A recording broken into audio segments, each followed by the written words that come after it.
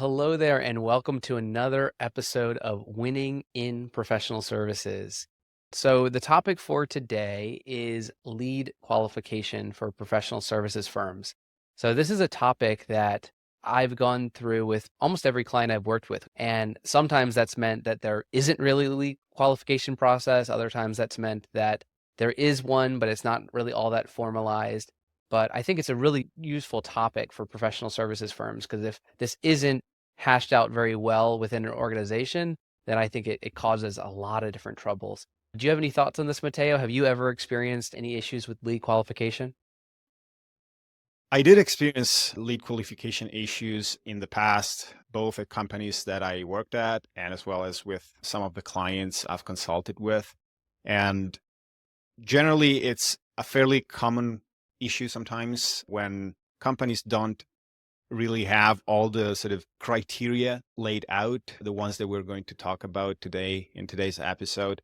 And so it's fairly easy also personally to tweak this particular aspect of the sales and marketing process. It's not complicated, quite the contrary.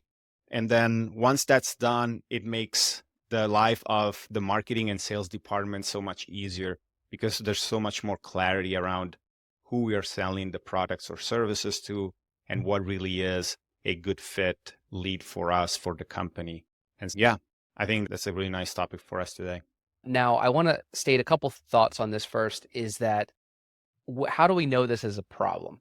And I'd say a couple symptoms that I see where I think lead qualification might be a problem is if a company is really focused on just the number of leads. I've worked with some clients that say, I want 100 leads this month, or I want more leads this month. That's actually the kind of worst one in my mind because there's always a hope for more and more, get me more, right? If I just had more leads, then I'd have more business.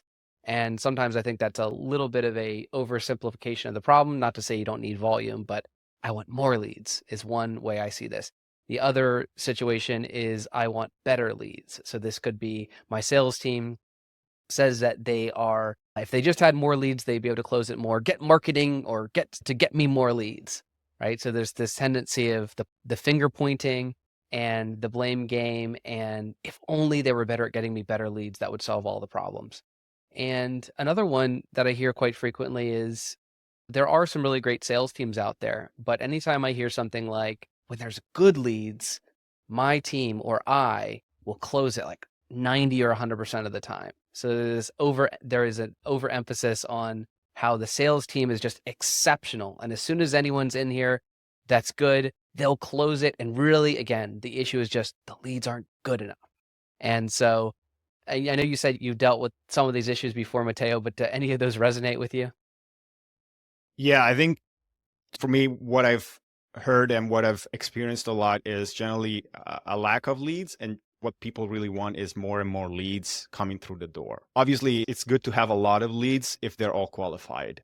From my experience working with professional service companies, smaller businesses below sort of 5 to 10 millions in annual yearly income, too many leads is not really always the case. Sometimes these type of companies struggle to get a constant flow of leads. And so why is that the case? Maybe it's not really a lead qualification issue in that case, but defining the criteria for a good quality lead can help with generating better quality leads and a more consistent flow of leads over. Yeah, absolutely. So let's go about defining these a little bit. And I will say that I don't believe marketing is quite to the science that there's one definition everyone 100% agrees on, but let's just keep it relatively simple. So lead generation is the process of making people interested in your product or service so that they are inspired to engage with your business either on their own or in a response to some of your marketing efforts. So that's the lead generation that you're referring to, a matter of getting more volume. And then lead qualification is the process of filtering the people engaging with you to determine if they're actually potential customers waiting to convert or people trying to solve problems that you do or don't solve. And then the basic idea of filtering them down to make sure you're getting the better fit leads. So now, Matteo, prior to our conversation here, you were talking about a certain method or framework you could use when going through lead qualification. So maybe we start with that. Could you share with the framework that you've used before? Yeah, so the framework is called BANT. It's an acronym. That's B stands for budget, A stands for authority, N stands for need, and T stands for time. And this lead qualification framework is usually used by the salesperson or whomever is getting on a phone call or have a face-to-face conversation with a prospective client. And throughout the conversation, the idea is to make sure that, first of all, you assess whether the prospect or the lead that you're talking to has the budget to pay for the service or product that you are selling. And that's probably one of the most important things you want to find out as early as possible, because they may want to buy what you have to offer, but if they don't have the budget to pay for it, then it almost everything falls apart very quickly. Authority is really finding out whether they are the decision-making person for the sale, or whether there's a decision-making committee, which is very common nowadays, especially when it comes to purchasing high-value services for professional service companies in this case. So are they the person that is taking the decision, or are they the person who is doing the research? Maybe it's responsible for the strategy, but they're not responsible for the budget. And so you want to find out whether that's actually the case. And then you want to really learn whether they have actually a need for the service that you're offering. What are their problems? What are their struggles? What are their goals? And really find out whether your solution is the right solution to their problem. And then once all of these things are clear, then you want to learn how long it's going to take for them to actually make a decision on when they want to start working with you. And so the timing aspect right there really is important to find out, okay, I'm interested in this particular service. The client or the prospect might say, I'll get back to you soon. But you as the salesperson, you want to actually try to find out when they're actually going to be able to move forward with signing the contract and actually getting started on the engagement. So you want to actually get that piece of information also from the lead that you are speaking to.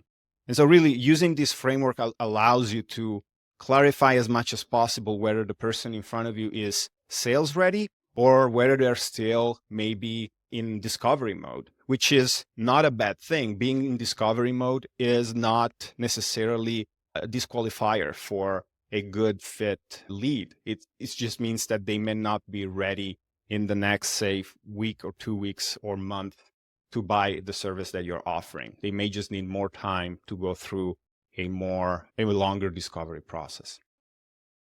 Yeah, that's great. So it's budget, authority, need, and time frame. And I'd emphasize again, there are plenty of these different frameworks. I do the BANT framework just because it's really simple, right? This is something that you could train any of your marketing team or salespeople really on when they're going through this, so that it's not just this feeling of, oh, that wasn't a good lead, or, oh no, the leads aren't good now. Now we're actually taking something, we're saying we can rate people in this. Do they have the budget? Yes or no? Do they have the authority? Yes or no? Do they have the need? And what is their time frame? So it's so super simple. You can implement it today if you're not already using something like this. Don't go down the rabbit hole of these more complex frameworks, in my opinion, unless you already have one you're using that's effective. But the BANT framework is a great place to start. So why is lead qualification so important? I would say that a couple key reasons are that it prevents the sales team from wasting time on bad fits. And I'd even say this is even more important if you're a professional services firm where you are an owner who's also the head of sales in some way. So there's plenty of these people that are either you're an owner who's more of the technical side, or maybe you're an owner that's more of the BD sales side. If you are an owner that's on the BD sales side and you are wasting your time with tire kickers or people that are not qualified in any way, that's not really effective. And honestly, another problem that I've seen come up is that when that happens, and if you're wasting your time on bad fits, then you might actually put, or you or your lead salesperson might put a big barrier before being able to speak with you, because you don't want to waste your precious time talking to people that aren't qualified. And the problem with that is, guess what? Like, you are filtering out probably bad fits, but you're also likely not talking to people that are potentially good fits. So without a sales qualification process, you can go one extreme or the other. You're either wasting time on a lot of these sales calls that aren't going to be useful for you, or number two, you're actually filtering out people because you're putting too high of a barrier. Now, when leads are potential good fits, then sorry, one other problem that I really want to emphasize here, Matteo, and I'm sure you've seen this as well, is that sometimes people are not aligned on the timeline. So you mentioned in the BANT framework, we have that time frame. And I've sometimes seen that when leads are coming through, they could be a good fit, right? They could have the budget, but maybe they're just not ready yet. Maybe they haven't had some very bad thing happen with whatever provider they're using. And so they're just not ready to make that shift yet. And so what happens is they get thrown away. That wasn't a good fit. And now they're put to the side. And the question becomes, what next? Are you following up with them every 1 month? Are you just hoping they come back to you when it is a good time? Do you have salespeople following up with them? Do you have marketing things that are still going to them? But I'd say that's one of the biggest problems is someone who's essentially hit 3 out of the 4 marks. And because they didn't hit that 4th one, you basically threw them away. And so is that something, Matteo, have you ever worked on systems to make sure that doesn't happen and they don't get lost just because time frame doesn't line up? Yeah, it's fairly easy to forget that like we first need to assess. I think the BANT framework is important, but before even that, it's important to find out where on the sort of sales journey or on the buyer's journey the lead is situated. Because again, we could ask all these questions and then find out that they're just starting out with their research process. And so maybe they're still a few weeks or months away from actually making their decision. Or maybe they're still comparing their options and they haven't actually made a short list of potential vendors that they actually want to consider working with in the future. So again, finding out exactly where the lead is on their sales journey is important. And then once we have found out that, okay, they're not sales ready, so maybe they're still a marketing qualified lead. Maybe they have downloaded a checklist or a white paper, or they have watched a webinar or something like that. I think it's important to establish a sort of regular cadence communication with this leads. The best way I've found personally is through email.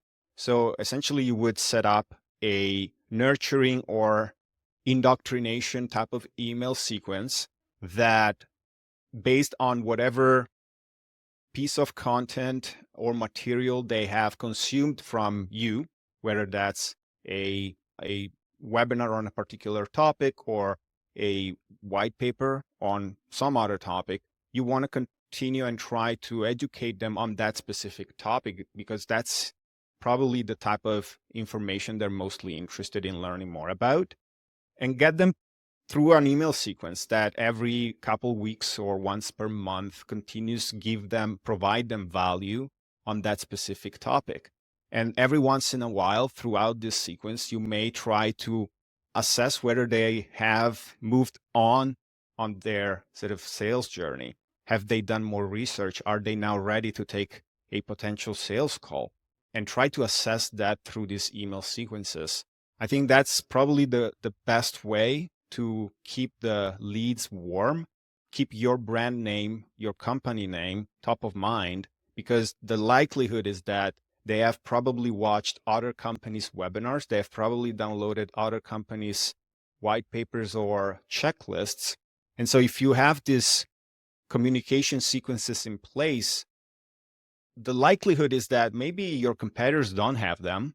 And so you are in an advantageous position now where you can continuously communicate and provide value to them. And that also, in my opinion, is one way to increase the quality of the leads that you get. Because when you provide value first, your leads are going to feel like you have a lot of experience and authority in their field of interest. And so whenever they are looking for or ready to buy the solution you're selling, your name will probably come up in their minds faster than somebody else's name, someone else's company's name, if they didn't have this type of sequences in place, for example. Yeah, I think there's a tendency to feel that you're overselling or over pushing. And I would always say that we are trying to strike a balance, but there's a level of being there, making sure that you're having these nudges, you're having these touch points, and you don't want to be to the point of being annoying or aggressive. So you don't want to say something like every 3 days you're saying, are you ready to buy? Are you ready to buy? But if instead you're providing useful information, then they might be like, oh, another email from Mateo, right? But the question becomes, did they find the email valuable? Did they find the content valuable in that drip campaign? And if they did, chances are they're not going to mark that as spam. They might archive it if it's a busy time, but really that's still a win in my mind. If you're able to get your name out there, you're able to provide something of value, and they're saying, oh, I might get to that later, or, oh, that's useful. I'm not talking to that Mateo guy right now. Archive it. Fair. That's totally fine. That's way better than not showing up on their radar at all. So I love your tips there, Mateo. A couple other points that I'd highlight, because I think even this can be a little bit overwhelming when we're thinking about nurturing campaigns for companies that don't have these established. I think a couple things happen. One, it's how do I actually begin creating all these email nurturing campaigns? And one thing that I have is I double down on what you said. If there's a webinar, if there's a lead magnet of some sort that you're giving away, then I think when I'm developing generally a webinar, I'm already setting up an email drip at the time of the webinar. So if it's a webinar on XYZ topic, then I'm going to, and maybe they downloaded the recording of the webinar. Then 3 days later, I'm going to ask them, how was the webinar? What did you think? And then maybe a few days later, I say, hey, there's a couple other things that are related to that topic you might find useful. And I might share another PDF or something that isn't gated, just directly to them. So again, it's related to the topic. And so after a while, every time you're adding a new webinar, you're adding a new webinar recording with a 2 or 3 email drip series. And it's not perfect. It's not a 1-year drip series or something like that that's going to nurture them super well, but it's a starting point. And I think that's really what we're looking for in this episode, is to think about what are some simple ways to implement. So that's one simple way. Just have basic email drips attached to some of your lead magnets that are relevant to that offer. Now, another concept I struggle with a little bit, Mateo, but let's say they haven't done this. Let's say that they don't have these targeted webinars. Instead, they just have a CRM that's not really actively managed.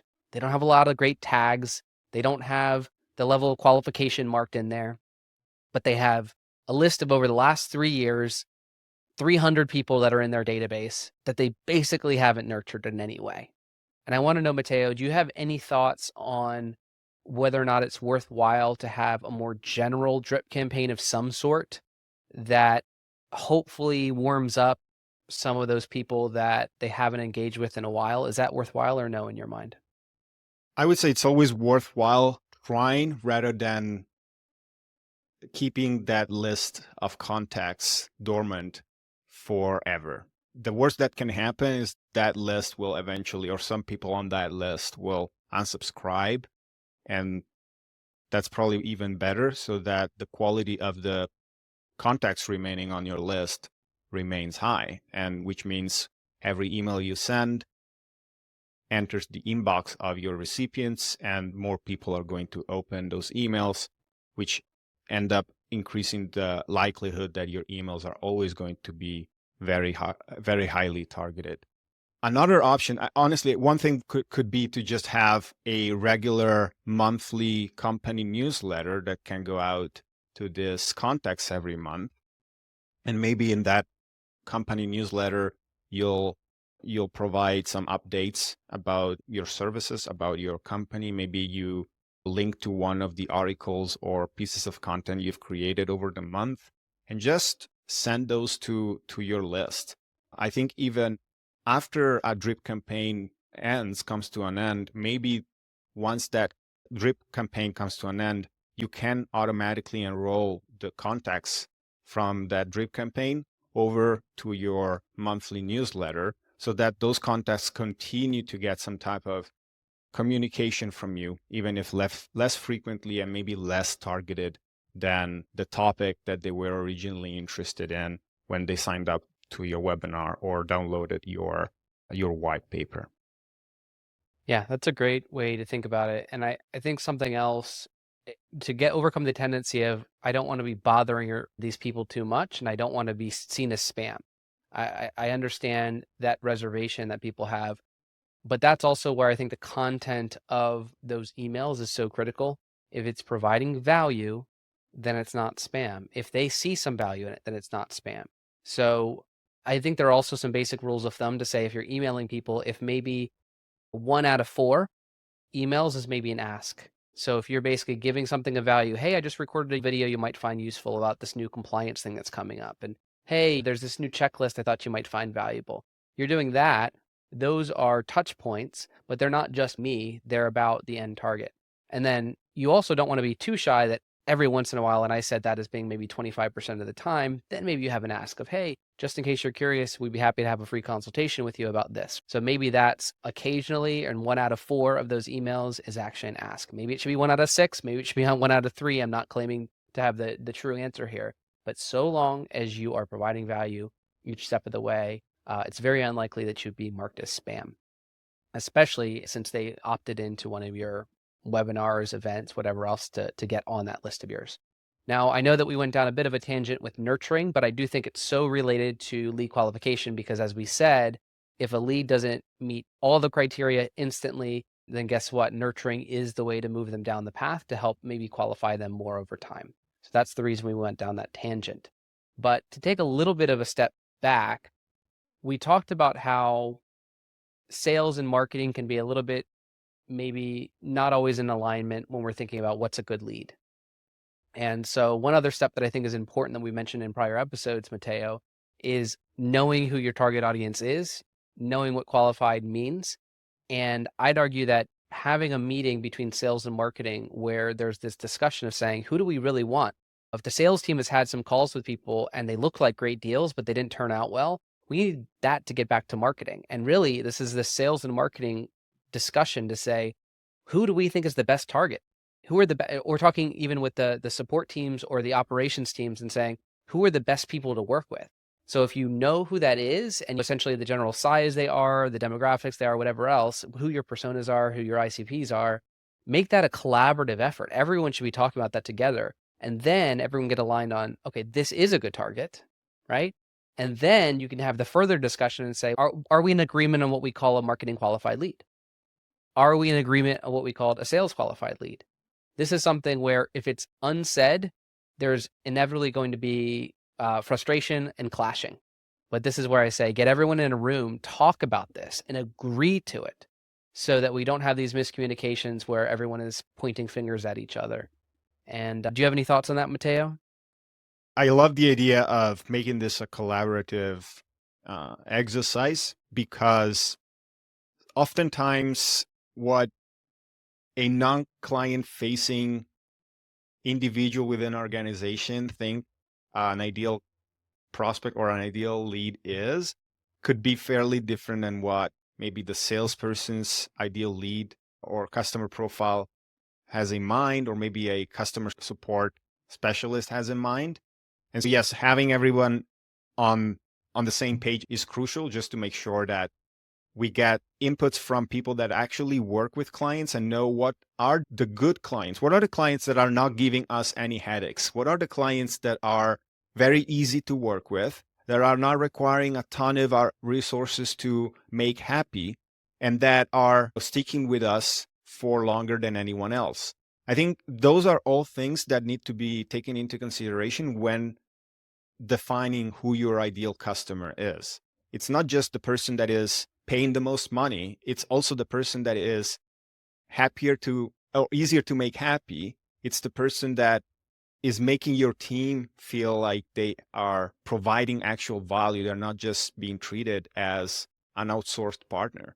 And so really you want to make sure that you have these type of conversations. And I think it's also important to review and revise who your ideal customer profile eventually is every so often, because you may find out that what you had discussed a year prior isn't value anymore at some point in the future. And so just having these type of conversations on a recurring basis always helps keeping the quality of the leads and of the customers that you eventually allow into your business as high as possible. Yeah, I love your point of revisiting because something else that I've seen is let's say that there is a great group of people that it's a certain industry or it's a certain age group, whatever, and that's a great customer. So maybe the team loves working with that type of customer. That can be great, but remember why we said everyone needs to be involved is that sometimes that can also be only one side of the discussion, because guess what? Maybe it's not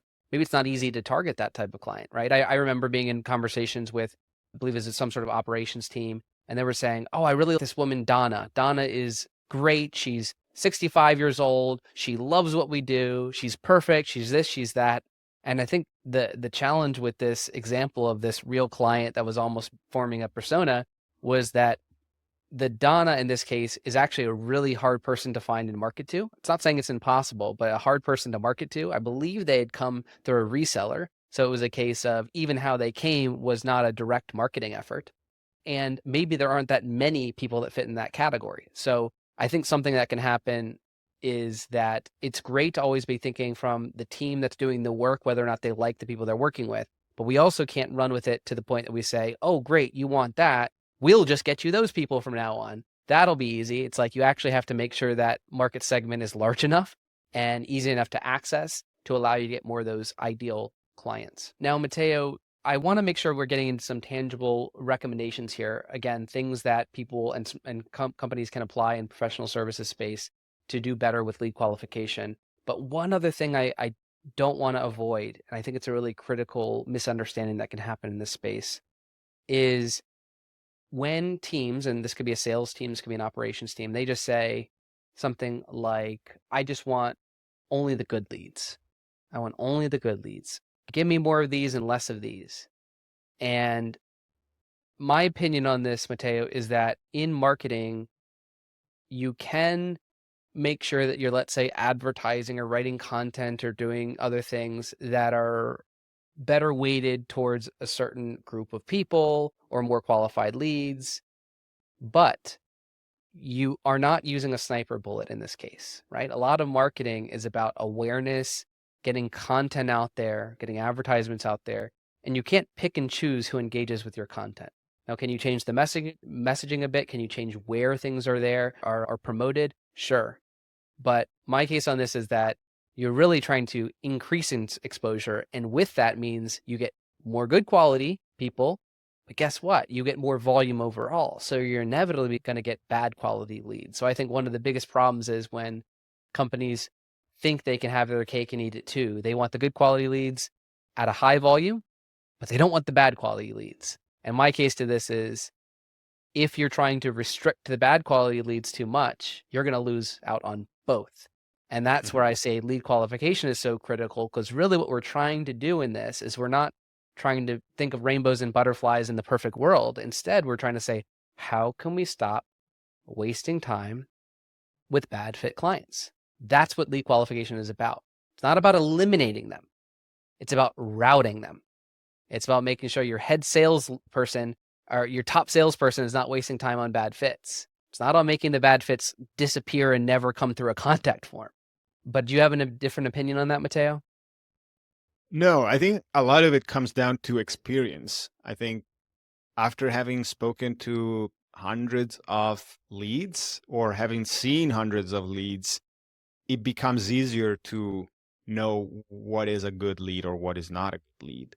But of course, we also have to have identified or defined the actual characteristics of a good lead, just like we spoke about it before.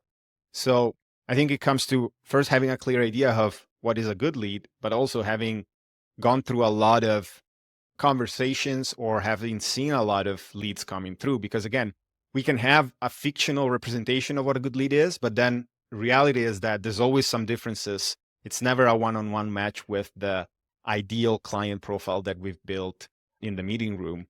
And yes, first of all, just have a lot of, I would personally say it's probably better to start with a wide net and then work backwards. Because I think the worst thing is that not having any leads is worse than having too many leads. Personally, that's where I start from. And so obviously we're not going to get flooded. We're not selling get rich scheme type of courses online. So again, it's not going to be like that, but I think it's always better to start a little bit wider and then try to narrow down the lead or the ideal client profile a little more as we move forward.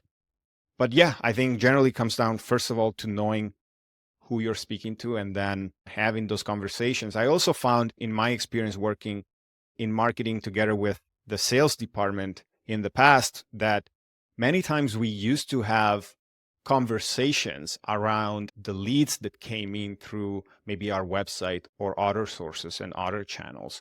Myself and the sales leaders, we would sit down and actually discuss whether one particular lead could be considered qualified or non-qualified.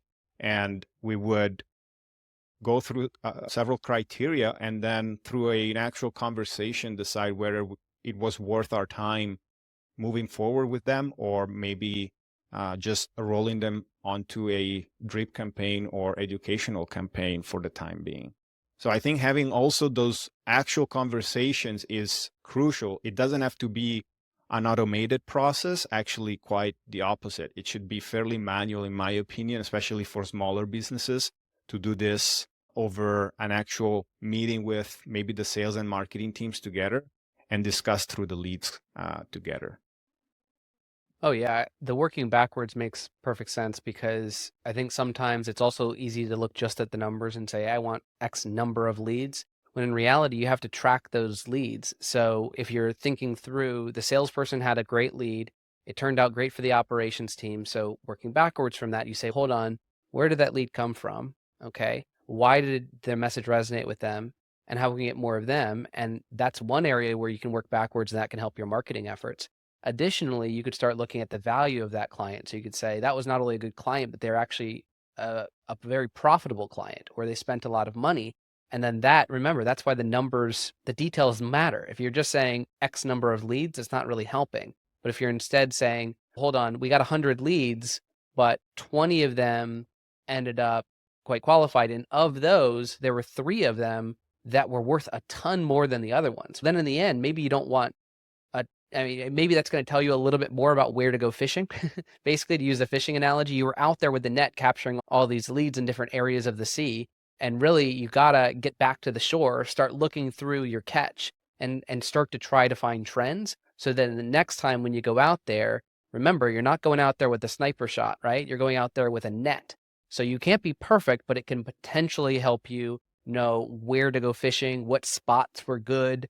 But if you're not actually talking to the teams that are following through and actually working with those clients, and you're not talking to finance about what those clients bought and the lifetime value of those clients, it's going to make it a little bit harder for the marketing team to make some of the adaptations that they can. Now, I want to move now into almost the rapid fire, Matteo, of these actionable things that we can do to improve this lead qualification. So I'll start here with a few wins, right? So winning in professional services, how can we get some wins? I think the first thing that we can do to get more wins is to increase our exposure and our reach, right? And so what I mean is, yeah, this is the easier said than done, but I'm still going to say, get out there, right? So if your sales or BD teams or SDRs or BDRs or leadership are not out there in speaking engagements, at events, and online posting videos on LinkedIn, if you're not doing that, to your point, Matteo, you were talking about how volume is an important thing and starting with volume. You're not going to get anyone filling out contact forms if you're not there active. So I'd say your first win is get active. Doesn't have to be a perfect video, doesn't have to be the perfect podcast, but you're literally invisible, okay? And if you're not doing things. And so the first thing is become visible. So that's one of the things that I think is going to have a big impact and is going to be a good starting point. Matteo, do you have any additional things that you think could be wins? Visible is that it gives you a more authoritative positioning also. So once you put out content, you just become more authoritative in your field and people will see that. And when they reach out with, because they see you as an authority. And so the potential of them being more qualified is much higher also. Maybe another one would be to just make it easier for a prospect to get in touch with you. Again, we were talking before about starting or getting more leads initially or casting a wider net. I think just putting too many obstacles in front of them to get in touch with you will just probably increase the quality of the lead. Because of course, if you put a lot of steps in front of them, they need to really have a big pain for them to go through, say, 5, 6, 7 steps to get in touch with you. That means they're probably highly qualified, but we're also probably going to reduce a lot of potential conversations with a lot of other leads. So I would say, to start with, it's probably better not to complicate the process of them getting in touch with you and making it super easy. Just have a simple form on your website or a very easy to click phone number on your pages for them to talk to somebody very quickly. And then on that phone call or over email, try to qualify them further. But then that's more the job of the salesperson at that point. Oh, yeah. So we're again starting with that wider net, greater exposure, making it very easy to get in touch with you. There's one little thing that I've found works pretty well, and it seems like a win in my mind, but it's to have a multi-part form. As you said, Matteo, make it easy to get in touch. If your contact form or free consultation form is just name, email address, job title, and what are you looking for, so you keep it relatively simple. Maybe even you'll see some contact forms that don't even ask for its name and email, and that's basically it. So like literally every time you're adding a new field, you're reducing the likelihood they'll submit it. But anyway, getting to the point, keep that first form simple. But what you could do is you could have a multi-part where after they click submit, the email actually goes through and you can follow up with them. But then it might point them to another page and say, hey, could you share a little bit more about your business to make the first call a little more helpful? And that way, they've literally submitted it. You already have their details. It's already a win. And this is now the cherry on top of now they might share a few more details with you. Maybe it's a little multiple choice. Can you answer these 5 questions for me or something like that to make the call more valuable? Now, all of a sudden, the salesperson has more to go off of on that first call to make it a more valuable call for everyone. So I don't see the downside of that, to be honest. I don't think there's really much of a downside that could be, unless you don't like the extra information. And if now, you have courage enough, maybe it would be even worth or mentioning somewhere in that follow-up form how much it would be the minimum engagement to work with you, and let those leads know that to work with you, there is a minimum engagement of, say, $1,000 a month. And that already puts that information into their heads. And so when they show up to have the call with you, they'll already know that that's a minimum amount they should expect to pay to work with you. And that could potentially be a good way to filter out the non-qualified leads that don't have that type of money to work with you in the first place. For sure. And since you'll probably have, if you have a pricing page or other material on your website, maybe you are filtering out some of those people, but that's a nice way to do it, to where, like you said, they probably didn't visit every page of your website. So it's just another reminder. If they clicked out the forward, they're going to the next page, you're just putting that in front of them just in case. And so that's a great way to do it. I love that, Matteo. Another idea that I have here, and this is one we already touched on, but it's make sure that you have a basic CRM setup. So of course, as a small business, chances are you have a CRM, but the question is it maintained? And our goal here is not to make this super complex, but in your CRM, make sure that if they filled out a form to get a certain checklist, make sure that just automatically flows to your CRM, so that when someone is looking at them, they're already tagged as being someone who downloaded that white paper on XYZ topic. And that way, even if you're not ready today to do those email drip or nurturing campaigns we talked about, then when you do get that new person on board that's able to spend a little time writing and creating some stuff like that, or you're hiring someone like a freelancer to do it, at least now the data is collected. And now it might get old over time, but I'm just saying the first step is to make sure that you're adding those categories or those tags in the CRM. And you really don't want to have a list of 500 contacts in your CRM and have no idea why they even approached you. And so I'm just suggesting take the first step there to make sure some details are getting into the CRM to help make your life and the life of your salespeople easier. Any other quick wins here that you have, Matteo? Yeah, I would say I think the nature of your offer determines the volume also potentially of leads that you're going to get. If you're putting out a free lead magnet versus a paid consultation, you're probably going to get more volume for the free offer than for the paid offer.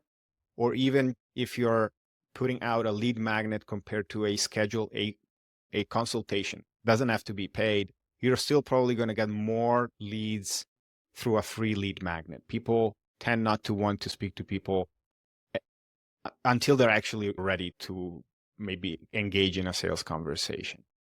But all this to say is that I would say lead magnets also don't always need to be gated.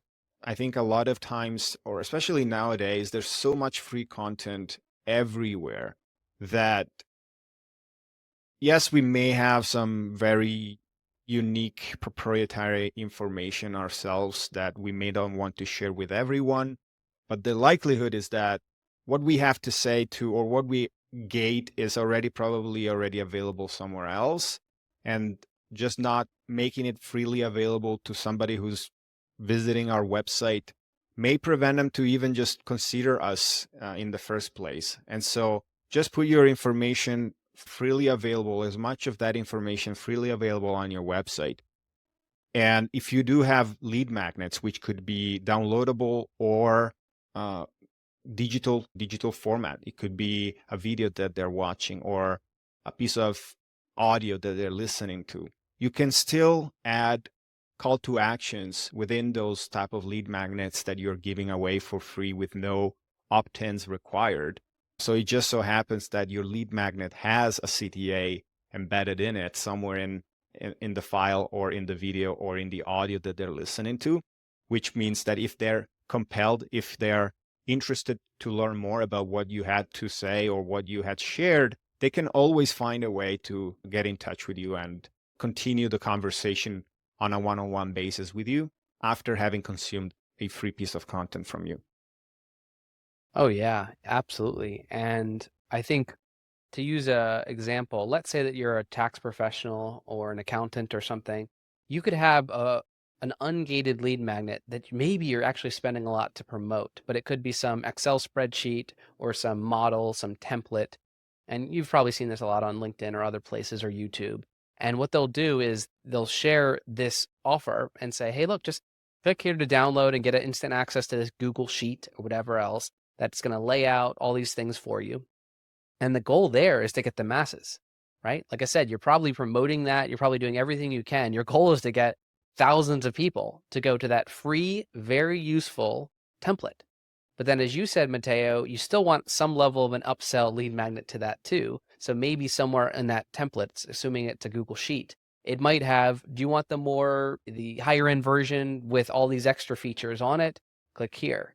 And so you get 1,000 people or 2,000 people to go to your free one, and you get 20 to click on that extra one because they're not scared of paying a little money or getting that more advanced feature. And now what have you done? You've just cast a very wide net, but then you've really only started putting people in your CRM when they've self-qualified themselves by taking the next natural step. So I really like your idea there of getting a little more creative with lead magnets. It's not as simple as have a webinar, gate all the content. Sometimes you don't want all the people. Sometimes you want to attract them with something very useful, but you only want a small subset of those people to actually end up in your CRM.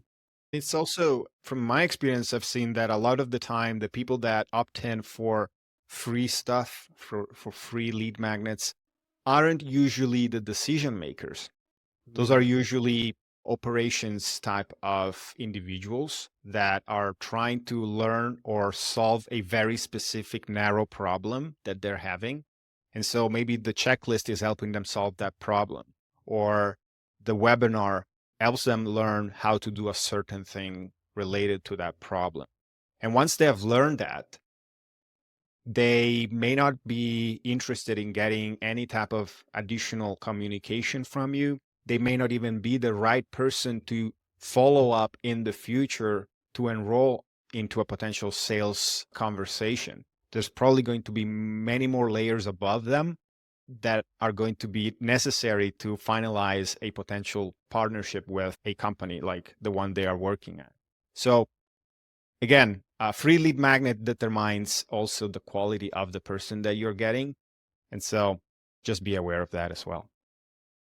Right. And this is reinforcement of something we said before, but if someone is they're not a bad fit, they're a potential fit, they could be a fit for you a little bit later down the line, make sure you don't forget to nurture them. Make sure you don't forget to invite them to events that you might be hosting locally. Do something like that to stay in front of them, just because people are honestly throwing away leads. And just remember, think about the time and effort you got to get that person into your CRM and into your system. The last thing you want to let just throw that away. And the longer that you don't take action on those leads, the less good they'll be. Essentially, they get cold and they get frozen and they're gone. And so that's why we always say warm up your leads, make sure that you do have that system in place to stay in front of them.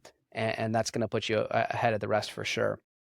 So just to summarize here, yes, this went into different directions. We talked about nurturing, we talked about gated, and just to reinforce what we mean by gated and ungated is meaning that if someone gets access to that material you have, they don't have to enter their email address to get it, right? That's what we're talking about with ungated content. Gated content would mean you do have to enter your email address before you get it. But anyway, we talked about all of those because all of these have a little bit to do with how you get people into your system.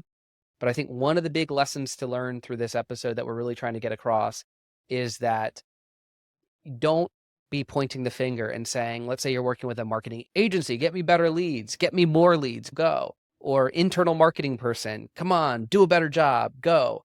Number one, we need to remember that ideally you have more internal resources and you're not just outsourcing everything. But assuming you're doing that, making sure that people internally are not just pointing fingers at each other. You have to have those meetings where you're talking about who's your ideal client, what do we call qualification, how do we standardize how we qualify? Maybe you have more than one salesperson. Are they qualifying or noting down the things about those leads the same way? So you're standardizing some things. That's a critical element. And then how do you make sure you're not wasting time on bad fits? But just, I'd really be wary of ever trying to put big walls and barriers up in front of everything and saying, we only want the good leads. Because I almost guarantee you, in fact, I can guarantee you, if you're trying to put up big barriers in front of you, you're going to get fewer good leads.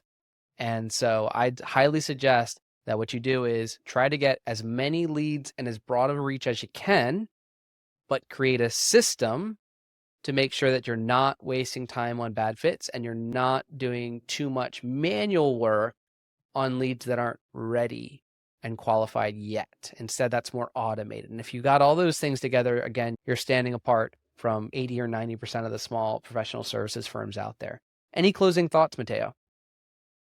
Yeah, I would really double click on this idea of getting really good about your sales engineering and choreography after they have opted in, and really have a solid way of nurturing them and weed the bad fit out throughout the sales process. It doesn't mean that somebody that entered your marketing or sales funnel has to stay until the very end.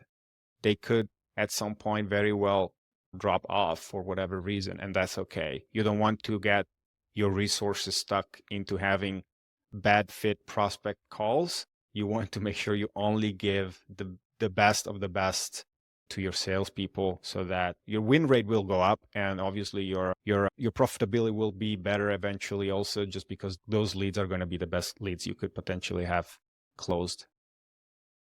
Yes, yes. I couldn't have said it better myself. And you did remind me of one last final thought I want to share. Be careful about the bad fits as well, because a bad fit leads can even leave you bad reviews on Google and things. So I'd say don't just avoid them and say, oh, look, they filled out the form and they said that their company size is smaller than I handle, therefore I'm going to ignore them. That will also potentially hurt you. So I'd highly suggest for the bad fit clients, assuming they're not terrible people, make sure that you are maybe funneling them into another company that might be better suited for them. This is, of course, where partnerships come in. Maybe you're a company that's been around for 10 years and you no longer work with companies below a certain size or people below a certain budget. Yeah, partner with a company that you can share those people with. And maybe it's a commission-based thing, or maybe it's just you want to help them grow. So you're going to hand that lead, that bad fit for you, and it's a good fit for them. So hand those leads off to other partners and other companies. And then everyone wins. And then you're not disappointing anyone. And yeah, so that's just a final thought there. But thank you so much, Matteo. I think we covered a lot today. I think I really appreciate you taking the time, and I hope everyone found value. If you have any additional topics you'd like us to cover, please comment and let us know. Obviously, we highly appreciate any reviews or anything you can do, any sharing you can do, so we can continue to have these episodes together. But I'll leave it there, and thank you so much for joining us today.